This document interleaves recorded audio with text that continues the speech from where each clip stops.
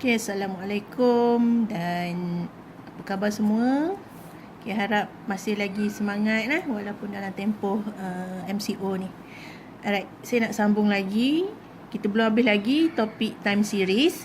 So hari itu video yang sebelum ni saya menerangkan berkenaan dengan additive model. So kita recap balik. Okay, kalau kita tengok ni dalam contoh yang ini adalah contoh additive model. So matlamat kita buat additive model ni adalah supaya kita boleh kira kita punya seasonal variation. Okay, SV ni. Kenapa kita kena kira ataupun dapatkan seasonal variation? Sebab nilai SV ni nanti kita akan gunakan untuk kita buat forecasting. Right, so hari ni dalam video ni saya akan menerangkan tentang macam mana nak forecast menggunakan time series data. First sekali tengok, okay, forecasting ni ada dalam subtopik 7.5. Okay, ini yang ini adalah additive model yang kita dah bincangkan. Okay, so a time series can be used to forecast the value of the data in the future. Okay, we only forecast the variable for additive model. Okay, paling senang sekali kalau mungkin awak boleh nampak sekarang ni macam mana kita nak forecast. So sekarang kan kita ada case COVID-19. Okay, macam mana kerajaan forecast. So sekarang ni kita dah, kalau awak tengok lah kan, kalau awak tengok setiap kali sidang media berkenaan dengan COVID-19, dia akan ada bagi ada satu tu dia kata kita akan mencapai kita punya peak.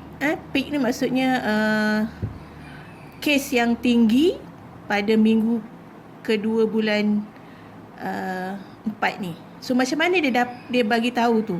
Ada dua nilai yang saya ingat saya tengok dalam sidang media tu, dia kata Malaysia akan mencapai bilangan kes COVID-19 tertinggi pada minggu kedua bulan 4. Maksudnya that's mean minggu depan lah. So dia bagi dah kat situ berapa bilangan cases dia. Dia kata Malaysia akan mencapai 6,000 sehingga 8,000 cases. So macam mana dia tahu, macam mana dia predict benda tu? Itu dia menggunakan time series lah. Sebab kita dah ada bilangan cases yang sebelum-sebelum ni, mungkin dalam masa sebulan. So kemudian dia buat model. So itu contoh macam mana time series data digunakan untuk kita buat prediction ataupun forecasting. Okay, itu kalau nak tengok lah kan, maksudnya kalau nak faham tu. So hari ni hari ni saya akan terangkan macam mana kita nak buat forecast ataupun prediction. Okay, dia ada dia punya step dia. Ada step dia kalau awak tengok kat sini. Okay, the techniques of making predictions involve the following. Okay, ini step 1. Okay, so step 1 adalah find the average trend value, which is TV, the symbol that we use. So TV is given by the formula Tn minus T1 over N minus 1. So what is T? Sebab kat sini ada simbol T, jadi T ni adalah nilai trend kita lah. Jadi kita kena dapatkan nilai ni dalam jadual trend. Maksudnya dalam jadual moving average lah. Okay, kalau kita tengok Tn tu, N adalah number of trend. Okay, T1 is the first trend value and Tn the last trend value. So N ni merujuk kepada trend yang terakhir. Kalau kita ada, let's say ada 9 trend, jadi N tu 9 lah. Okay, so itu step yang pertama, kita akan cari average trend value. Okay, step yang kedua adalah calculate the estimated future trend value. So estimated future trend value is equal to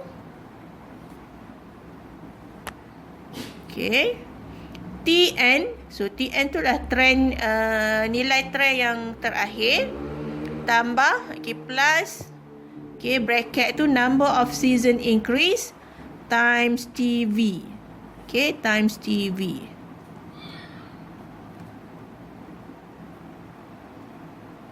Okay, so TV tu adalah average trend value lah.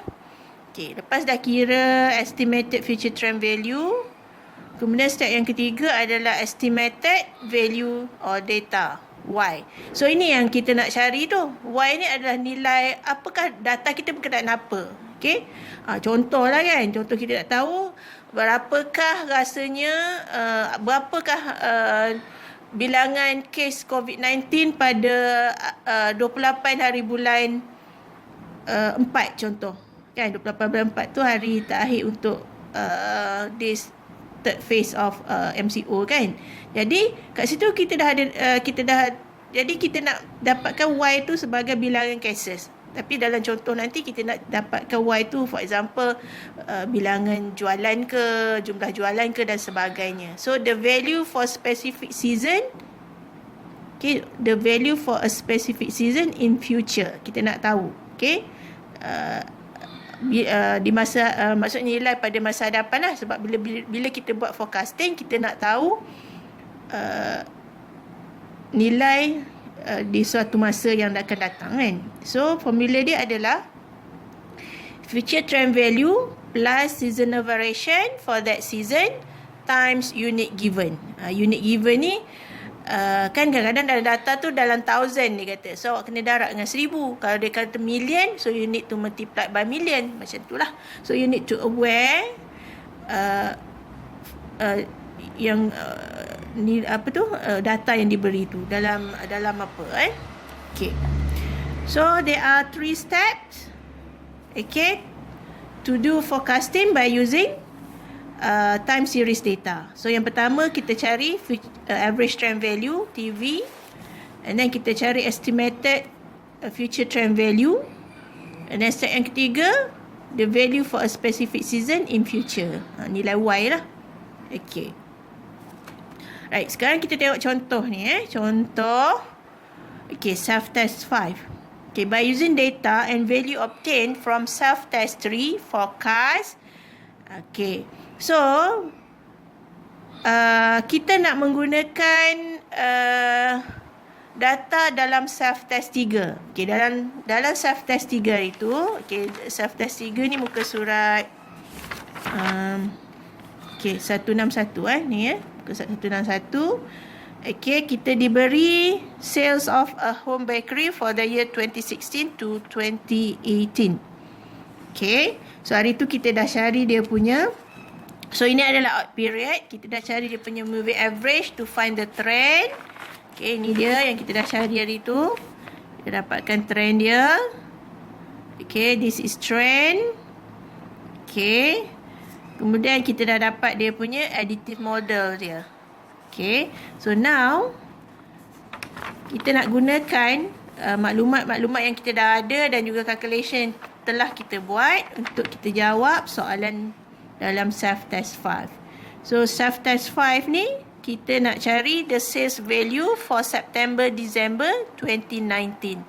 So sales okay, sales value berapakah jumlah jualan pada September December 2019. Kita ada maklumat jualan dekat bakery tersebut 2016 hingga 2018. Jadi kita nak dapatkan anggaran jualan pada 2019 pada season September December 2019. Okay. So ini adalah Y lah. Bila kata sales tu ia adalah Y. So kita nak predict. Okay, predict dia. Okay, so as we know there are 3 steps to do the prediction. So step yang pertama, find the average trend value, which is TV. So kita ada Tn minus T1 over N minus 1. Okay, so Tn kita apa? So tengok balik dekat jadual. Trend kita dalam moving average table. So ini trend yang ada T ni trend. Okay, T. So kita kira ada berapa bilangan trend yang kita ada. 1, 2, 3, 4, 5, 6, 7. So T7 lah. Okay. So there are 7 trends. So T7. Okay, T7 minus T1 over. So because we have 7 trends, so N here is 7. So 7 minus 1. Okay.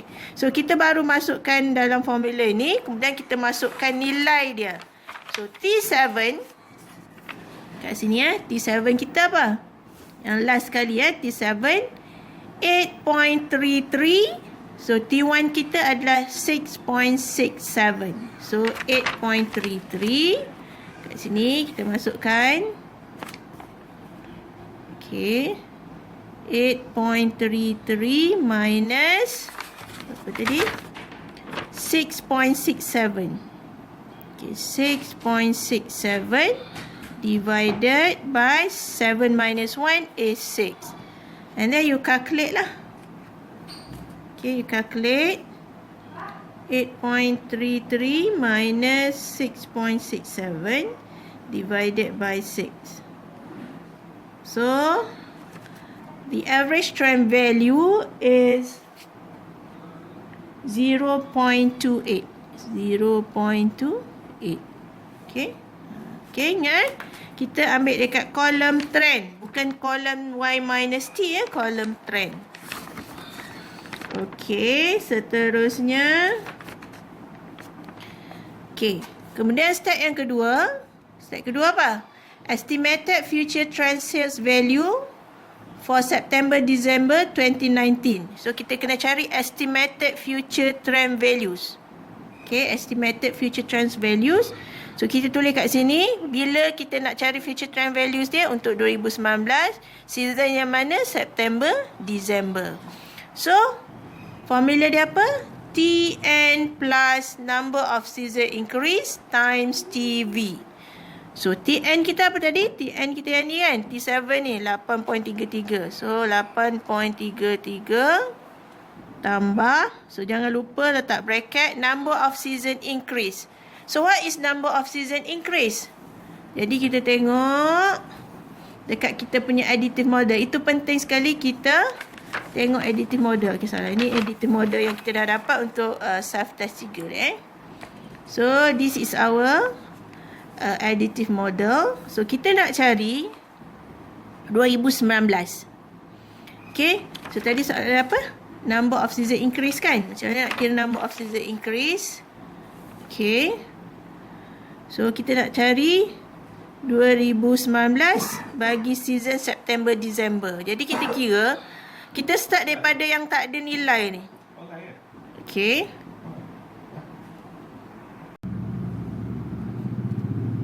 Okay.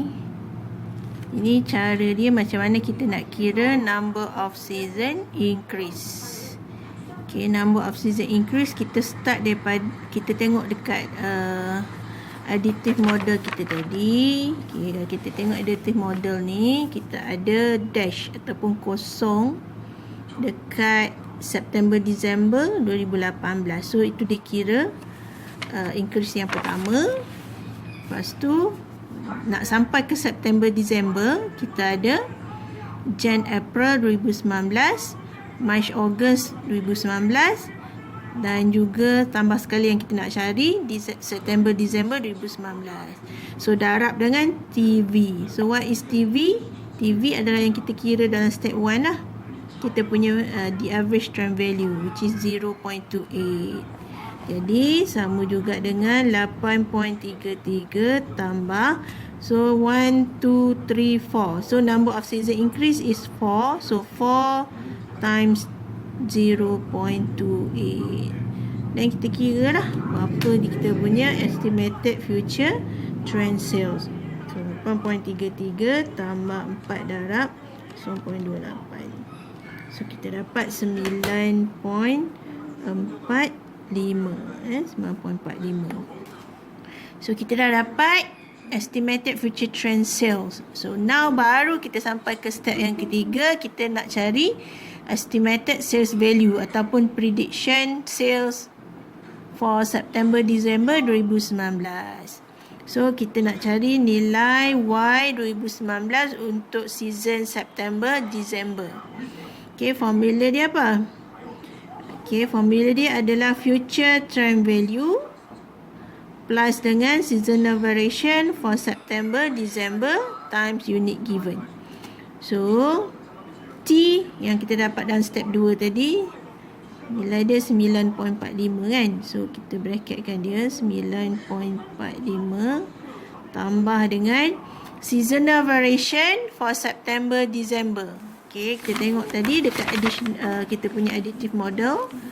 So SV untuk September Disember yang kita dah kira hari tu, September Disember, dia punya SV kita tengok last row ni untuk September Disember adalah 1.19. So kita masukkan 1.19 ni dalam formula ni lah. So SV September Disember 1.19.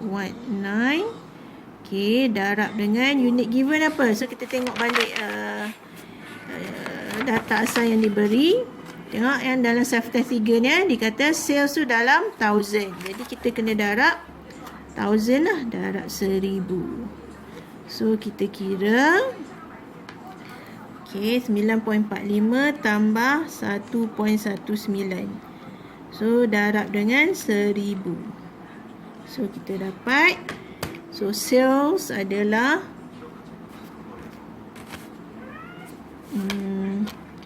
10,640.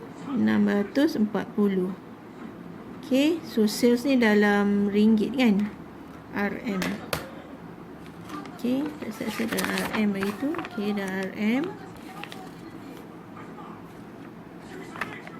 Okay, jadi kita kena letaklah RM kat sini. So ini adalah anggaran jualan bagi tahun 2019 pada September Disember. So jumlah dia adalah RM10,640. Jualan dekat mana? Dekat bakery tadi kan. Okay, so itulah cara dia macam mana kita nak buat prediction. So untuk prediction ni ada 3 step. Okay. Alright, seterusnya saya tunjukkan contoh forecasting dalam self-test 6. So self-test 6 ni dia menggunakan data dan juga nilai yang telah diperolehi dalam self-test 4. Okay, kalau masih ingat self-test, okay, ini kita punya, okay, ni contoh self-test 4. So ini untuk even period. Yang tadi saya tunjukkan contoh untuk odd period. So ini even period. So ini ada 4 quarter, which is dia punya season, 4 quarter. Okay, so kita tengok balik soalan ni direct saja terus. Dia kata by using data and value obtained from self-test 4 forecast the number of unemployment for the first 2 quarters of 2017. Maksudnya kat sini, maksud soalan ni awak kena cari unemployment untuk quarter 1 and the number of unemployment for quarter 2. So dua nilai forecasting yang kita nak cari. So ingat there are 3 steps, okay, in order to do the forecasting. So step yang pertama, okay, step 1 kita akan cari average trend value. Okay, average trend value ataupun simbol dia TV. So formula dia apa? Tn minus T1 over N minus 1. Okay, jadi kita tengok balik dalam jadual moving average dalam self-test 4. So ini self-test 4 kita. Okay, so tengok dekat jadual T ataupun dekat kolom T, kita kira dulu ada berapa T kita. 1, 2, 3, 4, 5, 6, 7, 8. So ada 8. Jadi kita akan dapat T8 lah. T8 tolak T1 bahagi dengan 8 tolak 1. Jadi kita akan dapat, so T8 kita nilai dia ni 24.13. So 24.13 minus T1 kita. T1 kita hari tu yang ni 28.38. So tolak 28.38 bagi dengan 8 tolak 1 adalah 7. So awak kira lah berapa dia punya average trend value dia. So 24.13 tolak dengan 28.38. So bagi dengan 7. So jawapan dia negatif 0.61. Okay. Semua jalan kerja saya rounding kepada 2 tempat perpuluhan. Okay. So kita dah settle step yang pertama, find the average trend value. Okay. Step yang kedua, okay, kita akan cari estimated future trend. Estimated future trend. Okay. So sebab kita nak cari for the first 2 quarters, so kita kena cari estimated future trend value ni untuk quarter 1 dan juga quarter 2 lah. Okay, mula kita cari T untuk quarter 1. T untuk quarter 1 maksudnya T 2017 quarter 1. Okay, quarter 1. So formula dia adalah TN plus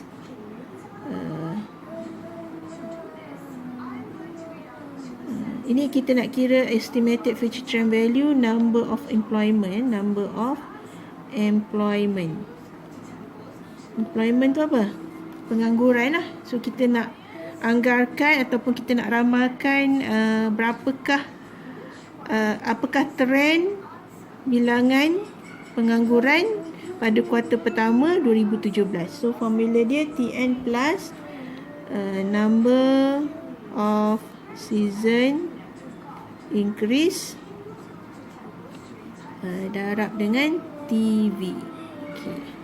So TN kita yang ini 24.13 tambah dengan number of season increase. Okay, number of season increase, tengok balik kita punya additive model kita. So kita ada 2 kan, dekat 2016 tu ada 2 yang dash. So kita start daripada 2016 quarter 3, quarter 4, sebab kita sampai untuk yang quarter 1 dulu. Jadi number of season increase kita adalah kita ada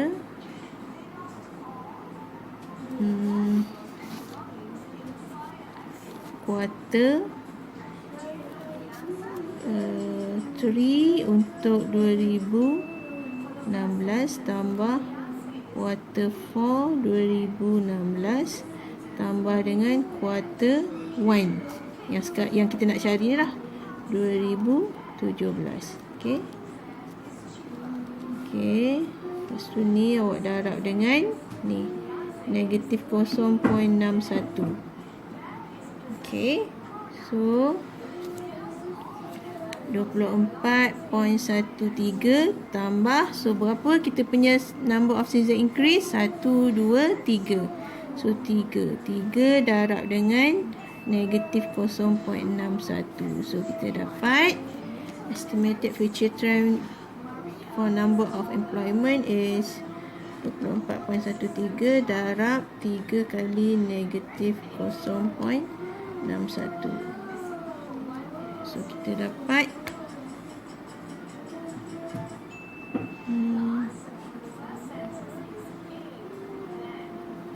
negatif 44.15. Betul ke? 3 kali negatif 0.61 tambah 24.13. Salah. Jawapan dia adalah 22.3. Sorry saya salah kira. Okay.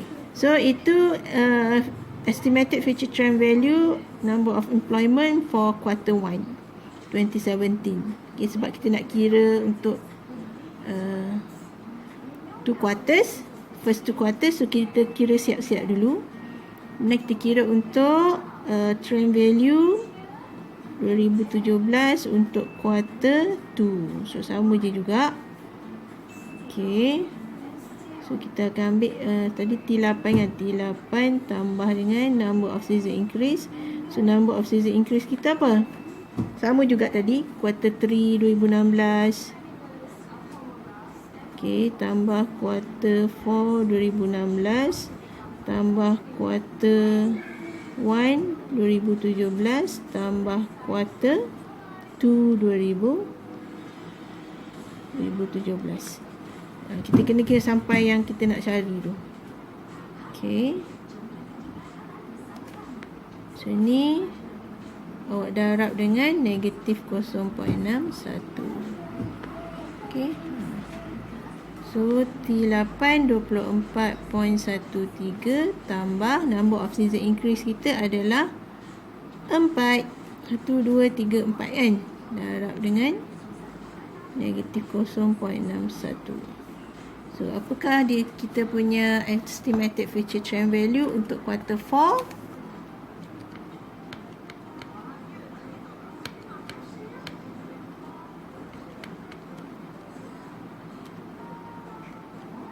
Okay, jawapan dia 21.69.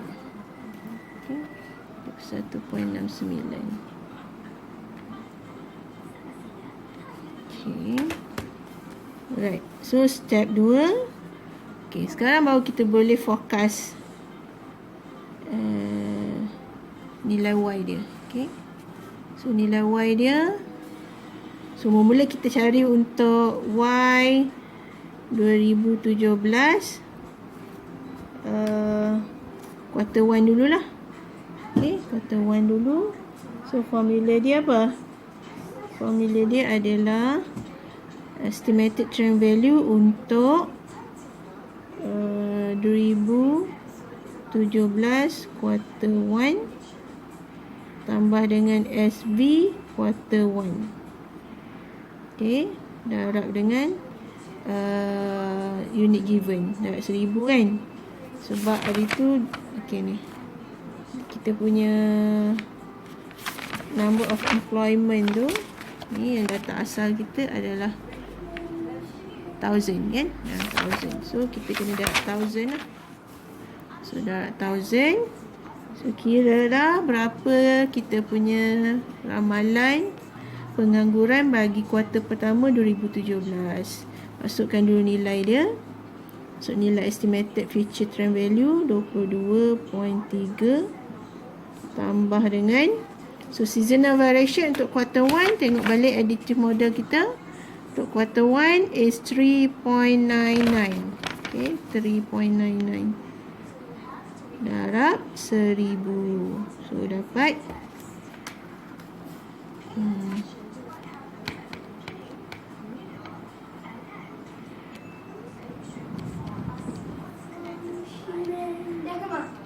dah ni.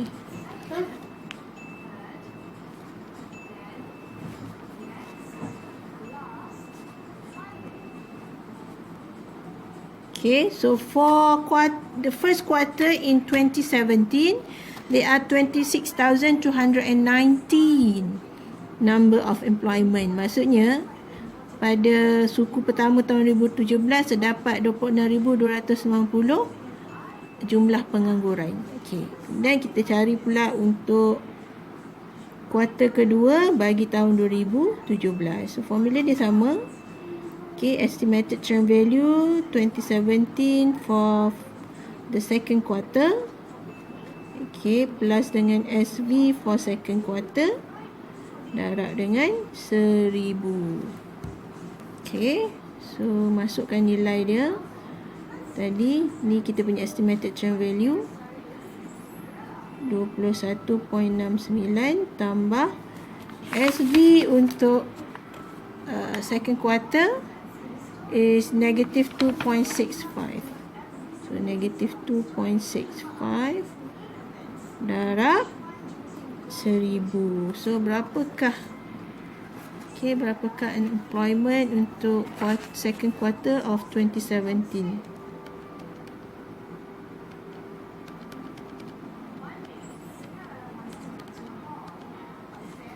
Okay, so 9,040 unemployment. So ada pengurangan dari segi number of unemployment. Maksudnya semakin baik lah. Maksudnya bilangan pengangguran tu berkurang pada suku kedua. Okey, itulah caranya macam mana kita nak buat forecasting. So ini adalah contoh untuk event period. So hopefully awak faham lah. Jadi untuk menguji kefahaman awak lagi, saya nak awak buat ni exercise 7A. Okay, exercise 7A, buat soalan nombor 1 dan soalan nombor